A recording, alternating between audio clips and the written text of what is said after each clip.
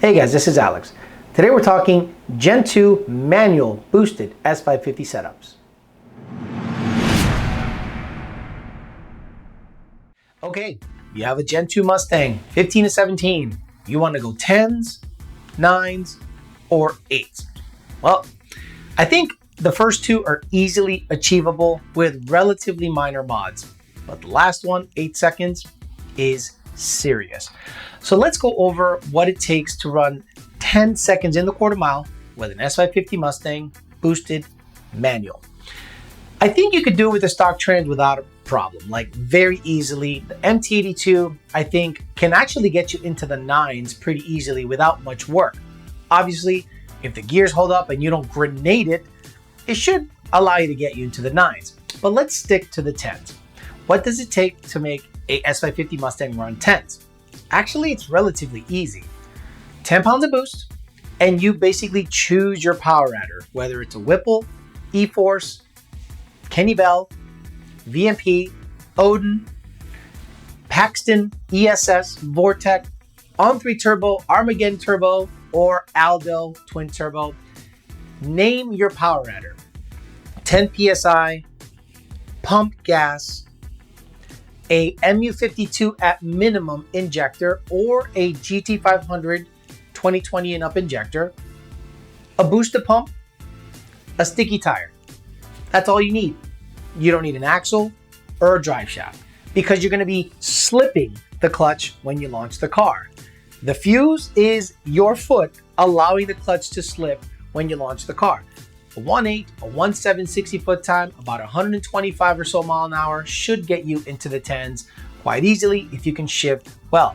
In my opinion, the Barton Hybrid 3 shifter is the best MT82 in an S550 shifter there is. Now you might want to run an MGW or something similar.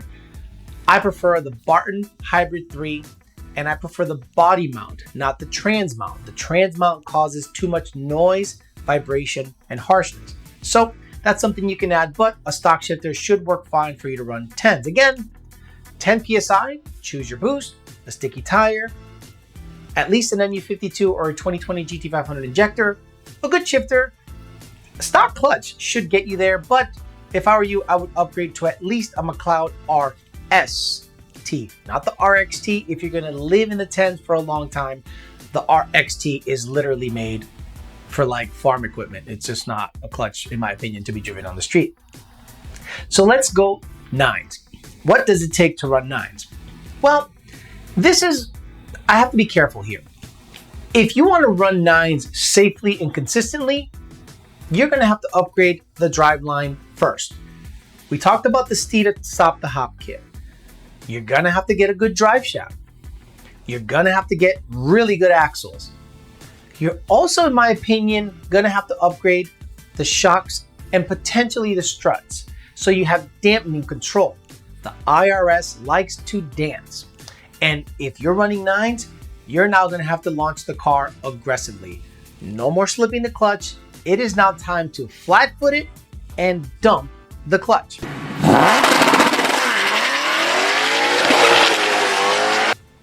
Now, what's the best way to get consistency out of flat-footing and dumping the clutch? A two-step.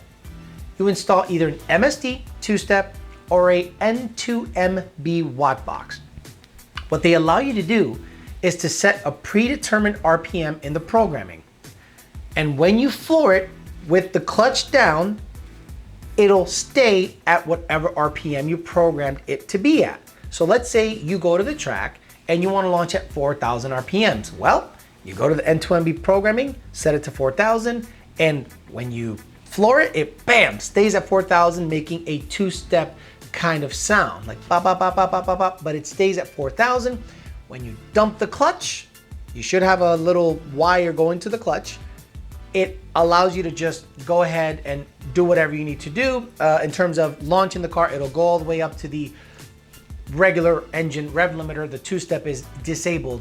Now, you're saying, wait a minute, I'm gonna launch that high. What about the tire? This is where we're gonna have to have an honest conversation. No more drag radials. Drag radials are out of the equation. Maybe your buddy did it once or twice, but in my opinion, an IRS car that needs to run 9s stick needs a bias ply. Abso-freaking-lutely needs a bias ply. We're talking a Hoosier QuickTime Pro or maybe some kind of Mickey Thompson bias ply tire. I'm a big fan of the Hoosier QuickTime Pro 28, 11, 17 tire. If you want to do a 15-inch conversion, that's up to you, but honestly, I don't think you need it. I think you can do it with a 17-inch tire easily. Power, 15 pounds of boost. That's right, and again, choose your boost. Now, the nice thing about the manual is because you have to leave off a two-step, your turbos will be spooled up if you do decide to go the turbo route. That's right. The two-step not only will allow you to hold the RPMs where you want, if you happen to choose turbos, it'll allow the turbos to spool up, get some heat in them, and you can leave with a decent amount of boost if you're on a two-step with turbos. If you're with a Whipple, Edelbrock, Kenny Bell, E-Force, you name it, positive displacement, or even centrifugal superchargers, be careful. The two-step does a lot of shaking and rattling, so belt shredding is kind of like a thing. So I wouldn't really rely on a two-step too long, meaning don't stay on the two-step for a very long time when you're supercharged. And again, because you're rattling everything on the two-step, oil pump gears are a must. A must. I understand some of you say, what do you mean, Alex? You said you don't need oil pump gears. When you are purposely rattling everything in the motor to hold the RPMs at a predetermined spot, it's a really good idea to get a set of oil pump gears. I recommend TSS or MMR, I think. Yes, I know what you're gonna say about MMR, but TSS also makes oil pump gears. In my opinion, those are the best ones to get. And again, we got a stop the hop kit, we got axles, we got a drive shaft. The clutch has to be aggressive. Now the RXT, I'm not a big fan. I do love the Mantic Dual. The Mantic Dual clutch, the cerametallic material, is aggressive, but not so aggressive that it'll literally pretzel stuff and break drive shafts. It has a little bit of give to it. So the Mantic Dual, in my opinion, is the go-to clutch for 9-second performance at about 15 PSI. And again, fuel system, you're gonna need E85, so we're talking 4 Innovations fuel system, at least 1,000 cc injector, because we're gonna be making about 800 or so horsepower to be able to get a manual S550 boosted car in the 9s, whether you have turbos, whether you have centrifugal, or whether you have a positive displacement supercharger. Now we're gonna talk a little bit about combinations that can go 9s, but that I don't recommend. Let's stick here for a little bit. Back in 2015, I saw a customer struggle to consistently 60-foot his car. And I noticed he had an M&H tire in the back, drag radial. And I said to him, why don't you put a bias ply on there? Well, what do you mean a bias ply? Why would you run a bias ply? This person had no idea that a stick car with a bias ply is way more favorable than a drag radial. And after seeing them go 10-1, 10-2, it never dipped into the 9s with a drag radial. After I mentioned put a bias ply on there, that car all of a sudden 60-footed insanely consistently. I'll put up a video of that car. You might recognize it, but I was the one that said, what are you doing? Let's get a bias ply in this car tonight. This drag radial stick shift boosted S550 game is insanely inconsistent. Now, what did that car have for a power adder? It had a Gen 2 Whipple, 15 pounds of boost, a boosted pump, 1,000 cc injector, and MS-109 fuel. Do I recommend you do that? Hell no. That's just ragged edge in my opinion. I wouldn't trust a stock fuel pump to propel a full weight S550 into the 9s. I'd rather you have a fuel system and E85. Now let's talk about 8s. So in my opinion, this is when you have to build the motor. You carry everything over from your previous runs, drive shaft, fuel system. Now you're gonna need a 1300 or 1700 cc injector. You're gonna need E85. You're gonna need potentially a really aggressive clutch. Now there are clutches out there that do a great job like a Mantic Triple, but I think we have to start considering not only a different clutch, but a different transmission. I think you can go 10s and 9s with a stock MT82. Once you go into the 8s, you're gonna have to kind of chance it with either a built MT82 from Ben Calamer or get right after it with a built T56, especially one with a 266 first gear. Now, you're gonna need to build the motor and get a trans. You need to make about 1100 horsepower. You need a very aggressive clutch, and with the T56, your options are opened up. RPS is a very well-known clutch company. The guys at Fat House Fab have been using it on their cars.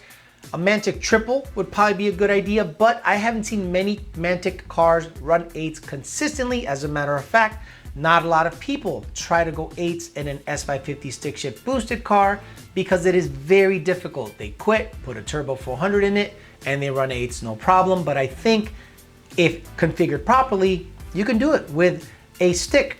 You just have to have, I don't know, follow through. So again, a bias ply tire, 2811 by 17.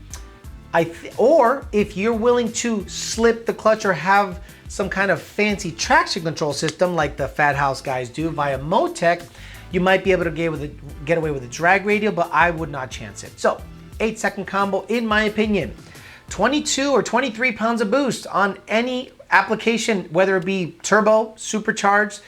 On a twin turbo setup, all you need is about, let's say 17 to 20 PSI because it's just more efficient.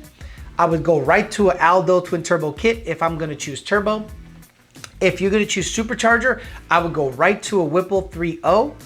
If you're gonna do centrifugal, now we're talking F-Series Pro Charger stuff. I'm not a fan of Pro Charger. I'm not a big fan, but if you're building your motor, you're doing rods, pistons, sleeves, ported heads, big fuel system, and you wanna stay blower, and you wanna go centrifugal, some F-Series, F1, F2 stuff is right up your alley. If not, a Whipple 3.0 is gonna be more than enough. I don't think an Odin can get you into the 8s with a stick shift. I don't think anything TVS, unless it's a rear feed Gen 3R that is able to produce well into the 1100 horsepower range. And that's iffy on a stick shift because you need so much more power to be able to run 8s than you would if it was a automatic transmission. Now, that should get you into the 8s, 20 or so PSI. If it's twin turbo, 17 PSI, E85, ID 1700s. We've already talked about drive shaft. We've talked about suspension dampening. So that's Vikings in the front, Vikings in the rear, axles, really badass stuff. Potentially a K member to get the weight down. You have to get the weight down. These cars are very heavy.